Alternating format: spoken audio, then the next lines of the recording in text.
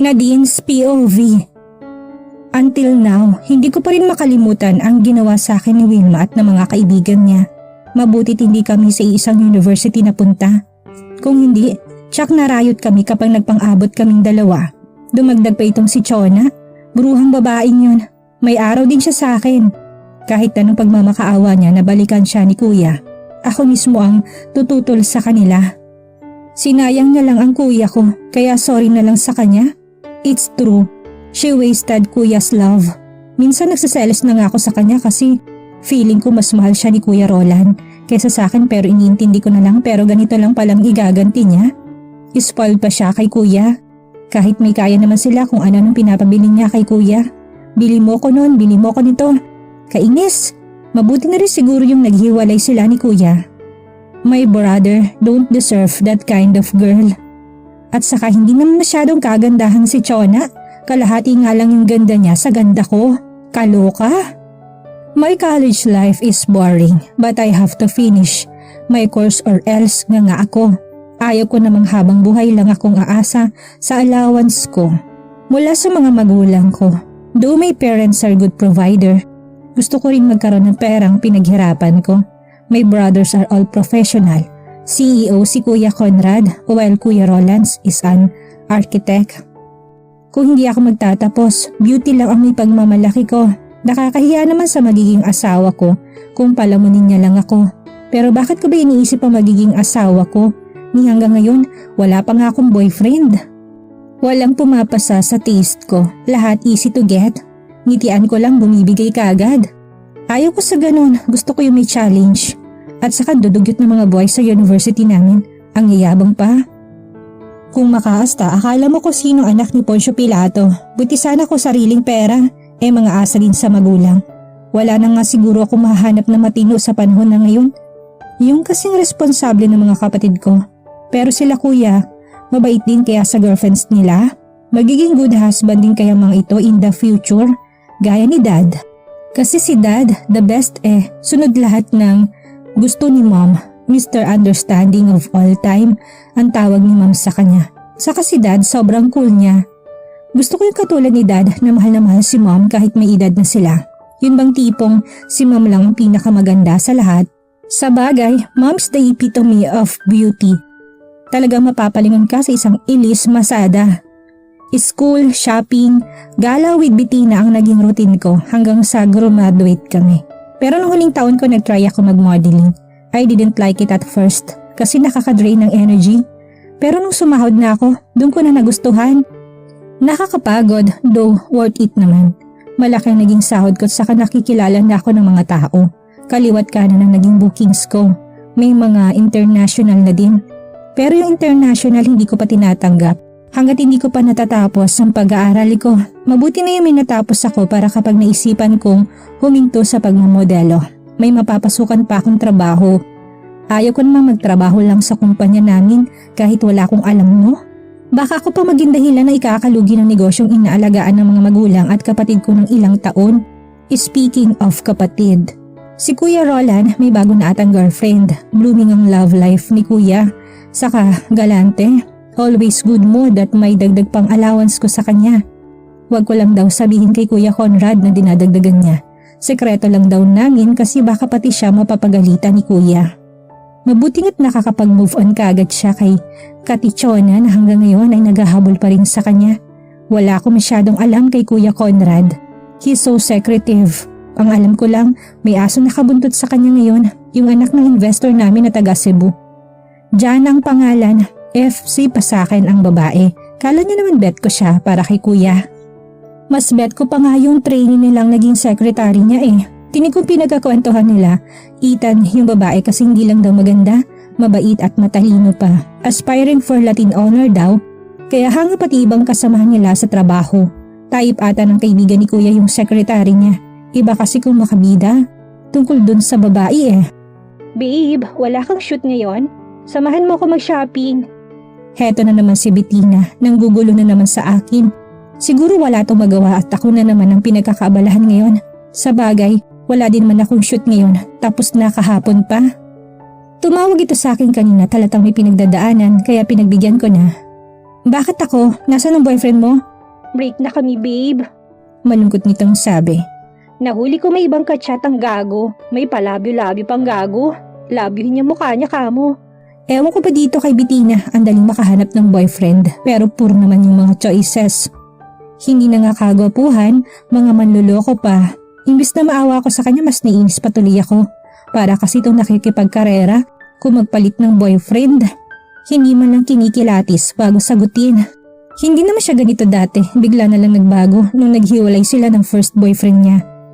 Pumayag akong sumama sa kanyang mag-shopping, wala din mo kasi akong gagawin sa bahay ngayon. Nagpasalon muna kami kasi gusto ni Bettina, wala ako sa mood. Salungitin ito ngayon kasi nga broken hearted, kaya pinagtsatsagaan ko na lang yung mga trip niya. After sa salon, kumain muna kami kasi nagutom na ako. Pagkatapos diretso na kami nag-shopping ng bag at sandals na gusto niya. I didn't buy anything, sinamahan ko lang siya. Sa dami ng mga bags at shoes ko, hindi ko pa to nagamit lahat. Yung ibang galing sa mga sponsors ko, nasa box pa. Bakit hindi ko naisipan kaninang bigyan na lang si Bettina noon? Magkasing laki lang naman atang paan namin. At saka hindi na to masyadong slim ngayon, gaya nung high school kami. Pero hayaan na lang, andito na kami. So go Bettina, mag-shopping ka na. Ubusin mong allowance na bigay ng daddy mo sa'yo. After sa mall, dumiretso na ako ng uwi sa mansion. I'm so tired following Bettina. Kung hindi lang talaga broken hearted ang babaeng yun, kanina ko pa to iniwan. Nasa labas pa lang ako ng mansyon, napansin ko may 4 na magagarang sasakyan ang nakapark. May pa-contest ba dito kung sinong mas bonggang sasakyan? Sinong may bisita? Si Kuya Roland ba o Kuya Conrad? Manong, kaninong mga sasakyan po to? Turo ko sa pulang Ferrari at saka sa katabi nitong Audi. Sa mga kaibigan po ni Boss Conrad, ma'am. Oh, so Kuya's friends are here? Yes ma'am, nasa may pool area po sila nag-iinuman. Sabi nga pala ni sir, dito kayo sa kabila dumaan. Natatawang dugtong ni Manong and I knew it already. Ayaw ni Kuya na makita ko ng mga kaibigan niya. He's always like that. Kulang na lang itago niya ako at ayaw palabasin sa room ko sa tuwing nanditong kaibigan niya. Nahihiling akong tumalikod kay Manong at saka dumaan sa kabilang bahagi ng mansion na hindi ako makikita sa may pool area. As if naman magkaka-interes ako sa kanila, no? Ayaw ko sa mga oldies, gusto ko yung ka-age ko lang kapag nagka-boyfriend na ako. Less complicated kung kaedad ko kasi the same yung wavelength namin, unlike yung old sa akin baka gawin pa akong baby. I don't want someone who's controlling. Ayaw ko sa sobrang stricto, ayaw ko sa bugnutin na halos pasan ng buong mundo. In fact, may checklist na ako para sa future boyfriend ko. Di ba ang choosy ko? So lulubos-lubusin ko na lang. Papakit na ako sa hagdan na may tumawag sa akin. Baby girl, how's school? I want to roll my eyes on him. Kahit hindi ko pa man ito lingunin, kilala ko na siya. He's William, the most annoying of all. Ang kulit nito at sobrang daldal pa. Ito yung pinakasip-sip kay mom sa lahat ng friends ni kuya. 3 lang naman silang makukulit ni Ethan at Simon. The rest, I don't know. Silang 3 lang ang kilala ko kasi sila ang maiingay. I never call them kuya kasi palagi nila akong iniinis. Feeling ata nila natutuwa ako sa tuwing kinukulit nila ako. They always treat me like a kid. Pero ang totoo, mas isip bata pa sila. Real talk lang. I don't bond with them kasi nga stricto si kuya pero F silang talaga ang isang to. Hey, is that how you greet me? Sumbong kita kay Tita Ilis. Tinatarayan mo na naman ako. Dagdag nito na makita niyang nagpatuloy ako sa pag-akyat. See, hindi lang sip-sip. Sumbongero pa. I glared at him pero walang effect sa kanya. Tumawa pa ito ng malakas na lalong kinakainis ko sa kanya. What's funny? Matari kong tanong sa kanya. Nakataas pang isang kilay ko talagang pinakita ko sa kanyang pagkainis ko. Oops, your words, princess. Sumbong kita kay Kuya Conrad mo. Gusto mo bawas allowance? Alam na alam talaga nito kung paano ko inisin ha. Sarap hambulusin ng dala kong bagang pagmumukha niya. I rolled my eyes on him and quickly turned my back. Mabilis akong umakyat ng hagdan at iniwan siyang parang baliw na tumatawang mag-isa. Paano ba naging kaibigan ni Kuya ang isang to? He's so loud and annoying. I don't know how my brother managed to stand in their presence. Paano pa kaya ako magsasabay-sabay silang 3 nila Ethan at Simon? Disaster for sure. I stayed the whole time in my room. Napagod ako sa gala namin ni Bettina kaya nagpaakyat na lang din ako ng pagkain sa silid ko. At saka kapag bumaba ako, baka hindi lang si William ang makita ko. Ilang movies na din na natapos ko. Hindi pa rin umuungi yung mga kaibigan ni Kuya. It's late at gusto ko nang matulog pero hindi ako makakatulog sa sobrang ingay. Nasa tapat ng room kong pool area kaya dinig ko ditong tawanan nila. Hindi na ako nakatiis. Binuksan kong sliding door sa terrace at sumilip ako sa kanila. Kaya palang iingay, nagbabarbecue atang mga to. Napalingon sa gawi ko si Kuya Conrad at sinanyasan niya akong pumasok. Nandun din pala si Kuya Roland. Kung si Kuya Conrad pinapapasok ako, si Kuya Roland naman pinapababa ako. Ano ba talaga? Baby girl, come, ani ni William. Lahat tuloy sila napalingon sa gawi ko maliban sa isang nakatalikod at hindi man lang ata gumalaw. Barbecue gusto mo? Dagdag niya pa. I rolled my eyes on him. Feeling close talagang kumag na to. I want peace. You're too loud. Sagot ko tumalikod na sa kanila. One more pose na din. I lift my chin, mouth half open, look sideways, brows half raised, eyes are fierce and look at the camera seductively. This is my last photo shoot for today. I look like a hot goddess in my blood red string bikini for the lingerie brand I'm endorsing. Good job na din. Doon pa ako nakahinga nang maayos pagkatapos ko marinig ang sigaw ng official photographer na kaibigan ko din. After ilang shots natapos ko din lahat ng shots na kailangan niya. Many people think that modeling is an easy job where in fact it's one of the toughest.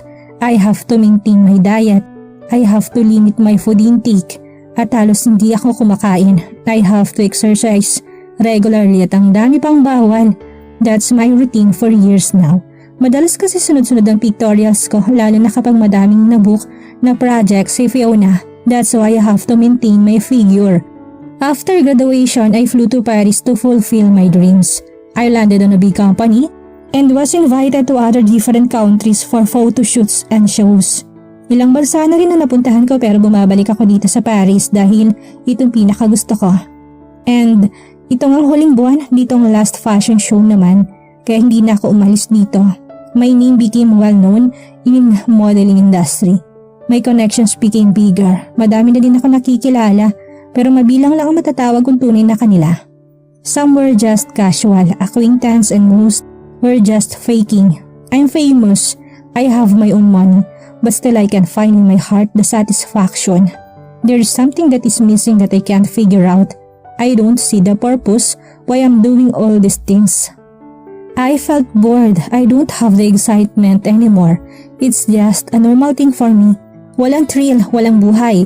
Maybe I just miss my family back home.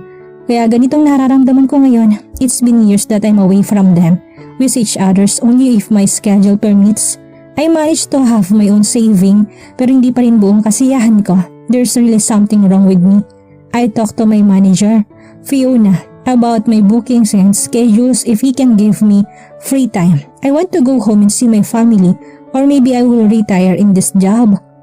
Fiona is a gay. He's my manager at the same time my friend. He makes my life easier. Nasa sobrang relax ko sa kanya nawalan ako ng gana. I'm not happy anymore. It's like I'm just doing this dahil nakasanayan ko na. It's like a routine and I don't feel the fun anymore. Siguro sapat na naman yung naipon ko sa loob ng 4 na taon. Maybe I can start my own business now or kung hindi naman, I will just ask Fiona to give me some break. Maybe that's what I need to figure out kung ano ba talagang gusto kong gawin, kung ano ba talagang gusto kong mangyari sa buhay ko. Are you sure with your decision, love? Fiona hugged me as soon as he handed me my bag. Today is my scheduled flight to Philippines. I smiled at him. I will miss this guy. He may look so masculine from the outside, but I know how soft he is from the inside. This guy has the kindest heart. Yeah, babe, I need this. I badly needed this. Sagot ko bago siya yakapin. Walang nakakaalam sa pamilya kung uuwi ako. Gusto ko silang sorpresahin. Call me if you change your mind, okay? I'll be more than happy to see you coming back here. Sabi niya bago ko pinakawalan. I saw how he blinked his eyes to stop his tears and I'm so touched. You can come with me, babe. Biro ko para gumaan ang mood. We'll find boys there. Maybe your destiny is there waiting for you. What do you think? Sabi ko't kinindatan siya. You're crazy. Natatawang pinitik nitong noo ko. Niyakap ko ulit si Fiona bago ko tumalikod para maghintay ng flight ko. Nakita ko kung paano nagbasa-basa ang mga mata niya at halos umiyak ako sa harap niya. Inaamin ko na mamimiss ko siya. Ang mga co-model ko at lahat ng mga taong nakatrabaho ko dito sa Paris. Itong aking pangalawang tahanan. Natuto akong mamuhay ng mag-isa dito. Tinuro sa akin ng Paris ang aralin sa buhay ng aking pahalagahan sa natitirang bahagi ng aking buhay. Sinuot kong shades ko at dumiretso sa paghahanap ng upuan kung saan ako makakapagpahinga habang naghihintay ng flight ko. I saw one vacant seat at the corner. Next seat is a guy wearing a white inner shirt with a dark jacket paired with maong pants and the boots. In fairness, ang gwapo ng lalaking yun. Makakapasa siya bilang model habang nakaupo lang. May napansin akong ilang girls na nakaupo sa tabi niya na halatang nanligaw pero walang pakialam yung mga lalaki. Hindi ko alam kung saan siya nakatingin cause he's also wearing his shades and cap on his head. I walked straight to his direction without minding the stares I got from the ladies. Pakialam ko ba kung bet nila lalaking yan? Ang arte kung gusto nila idilapitan nila. I took the seat beside him and rested my back comfortably. I even put on my AirPods para walang disturbo. Hindi man lang ito gumalaw nung umupo ako sa tabi niya. Para lang itong poste na walang pakialam sa taong nakapalibot sa kanya. Pero mabuti na rin yon dahil ayoko namang dinidisturbo ako. Mabuti nga't walang nakakakilala sa akin. Thanks to the cup and the shades na pinasuot ni Fiona sa akin dahil siguro kung wala to kanina pa ako pinagkakaguluhan dito. Hindi ko nga alam kung may iniwan bang bodyguards si Fiona para bantayan ako para bago makasakay. I'm sitting comfortably but I can't concentrate on the music I was listening cause this guy's scent is invading my nostrils. His manly perfume smells so good. Para itong nangaakit. I'm used to different kinds of scents from my co-models o kahit sa dalawa kong kapatid na lalaki but this one is different. Parang may kakaiba sa pabangong humalo sa amoy ng katawan niya. I flinch on the thought. It's my first time to feel something like this towards someone opposite. It's so awkward. Dumadaming naliligaw at nagpapahaging sa akin pero kakaibang dating nitong lalaking katabi ko. I can't believe I'm having this feeling towards a stranger. Agad ko tong binura sa aking isipan. It's scary. Paano kung masamang tao tong katabi ko? That thought alone creep me out. Good thing, hindi pa rin nagtagal at tinawag na kami para mag-board sa eroplano. Early morning arrival ang pinili ko para walang masyadong media sa airport ang sasalubong sa akin. Fiona arranged a van to send me home since I told him that I want to surprise my family for my homecoming. No one knows from them that I'll be there. This morning, I'll surprise them for breakfast. After 14 hours sitting in the plane, I arrive at the airport safe. Bago pa man ako nakalabas ng airport, tinawagan ko na si Fiona na naghihintay ng van na susundo sa akin sa labas. Before I could get off the plane, I saw that guy in the airport again. He's seated next to me but is not facing my direction. Nakatalikod to sa akin but his build is familiar. I think I saw it somewhere pero agad ko din namang binura sa aking isipan. Sa dami ng taong aking nakakasalamuha, hindi talaga maiwasan may magkakapareha. I'm just overthinking. I fixed my cup, my shades and I even wear a mask to hide my identity bago ako bumaba. Maayos ako nakikisabay sa ibang pasahero until I reach the exit. I noticed some press are waiting and thought they won't recognize me but I was wrong. Miss Masada, welcome back. How's your life in Paris? Totoo bang hihinto ka na sa pagmamodalo? Miss Nadine, are you staying for good? Is it true that Conrad Masada is getting married kaya ka umuwi? I didn't answer to any of their questions. Diretso lang ako naglakad papasok sa van na naghihintay sa akin. Mabuti na lang may inarrange na bodyguard si Fiona sa akin kaya walang nakalapit sa kanila. Even the airport security assisted me to get to my van safely. Hindi ko na tuloy alam kung masusurprise ko pa bang mga magulang ko ngayon. Baka kasi naka-live yung ibang press at nakita na ako ng mga tao sa bahay. Akala ko nga kung may surprise sa kanila pero parang ako atang na-surprise doon sa tanong ng reporter kanina. How come I didn't know that my brother's getting married? Does it mean nalaman na ni Kuya Conrad ang tuko sa kambal niya? If that's the case, then patay si Kuya Roland nito. Kawawa naman na super kuya ko, wala nang jowa, mabubugbog pa ni Kuya Sungit. Paano naman kasi ilang beses ko na siyang sinabihan na huwag nang ilihim kay Kuya Conrad. Ang tungkol sa kambal ayaw niya talagang makinig sa akin. Kahit ako nga nagulat nung tinawag niya sa akin nang malaman niya may anak na pala si Kuya. And what's more interesting is that Kuya Conrad has twins, a boy and a girl. Mom and Dad already met the kids in person. Ako lang hindi dahil nga sa trabaho ko pero nakita ko naman sila sa pictures. They're both look alike of Kuya Conrad, especially the boy. Mini Kuya. They both have gray eyes na sa isang tingin pa lang alam mo ng Masada. I was even surprised na yung secretary niya palang ina ng mga bata. Akala ko kasi noon si Ethan ang may gusto doon. Iba kasi kung makabida tukol doon sa babae, but I liked the lady even before I knew that she's the mother of the twins. Feeling ko magkakasundo kaming dalawa. I just came on time, Dad, Ma'am, and my brothers are in the dining, are happily eating their breakfast. Nagtatawanan pang dalawang kuya ko pero napansin kong may pasa sa kalawang pisngi si Kuya Roland. "Good morning, everyone!" I exclaimed happily, and all of them shifted their gaze at me. Muntik pang mabilaukan si Kuya Roland dahil saktong pagsubo niya na sumigaw ako. Agad na tumayo si Mommy para salubungin ako at ganun din si Dad at ang dalawa kong kapatid. Mom is even crying at halos ayaw niya akong bitawan para din mayakap ng mga kapatid ko, kaya walang magawang mga ito kundi makipag-group hug na lang. "Welcome home, baby!" ani ni Mom and Dad. Pinunasan pa ni Dad ang luha sa mukha ni Mom at masuyo nitong hinagkan sa ulo. How sweet, my dad is really the best. He never failed to express how he loved Mom so much. "We're happy to see you, Princess." Si Kuya Conrad na halatang maaliwalas ang pagmumukha ngayon. Siguro alam na talaga nitong tungkol sa kambal niya. "Come to your favorite and super kuya, baby." Nakangiting saad ni Kuya Roland pero napawing ngiti nito ng pinisil kong pasa sa mukha niya pagkatapos ko siyang yakapin. Pero kahit may pasa ang kuya ko, hindi pa rin nabawasan ang kagapuhan nito. He's my bias kasi palihim niyang hinuhulugan ng account ko nung nagsisimula pa lang ako sa Paris. Kaya nga madalas ko sabihin favorite ko siya. Mahal ko din naman si Kuya Conrad, mas close lang ako kay Kuya Roland. "Where did you get this?" Tanong ko sabay turo sa pasa niya. He didn't answer but he threw a sharp glare at Kuya Conrad at parang may idea na ako kung anong nangyari. "Never mind, Princess, hindi nakabawas sa kapugian ko." Ani at muli ako niyakap. Ito yung hinahanap ko, yakap ng mga taong nagmamahal sa akin. Sa wakas nakauwi na rin ako kung saan naroon ang mga taong nagmamahal sa akin. Now I can say that I'm home. I'm home with my loved ones, at home with my family. I stayed in my room the whole day. Pagod na pagod ako sa biyahe, kahit na buong oras na biyahe natutulog lang naman. Nagkataon namang may importanteng meeting ang mga magulang ko pati na sina kuya, kaya dito lang ako sa mansion buong araw. I slept the whole day and woke up early the next day because my bitch's friend Bettina is so early to disturb me. Kanina pa ito tumatawag sa akin kaya wala akong choice kung hindi sagutin to. "I miss you, babe!" Nagtitiling bunga dito sa kabilang linya. Nilayo ko pang phone sa tenga ko sa lakas ng pagkakatili niya, as if naman hindi kami nakita sa Paris last month. Iba din kasi ang trip ng babaeng to, kahit pa madalas kami magkita, palaging to sinasabi sa akin na wala na akong panahon sa kanya.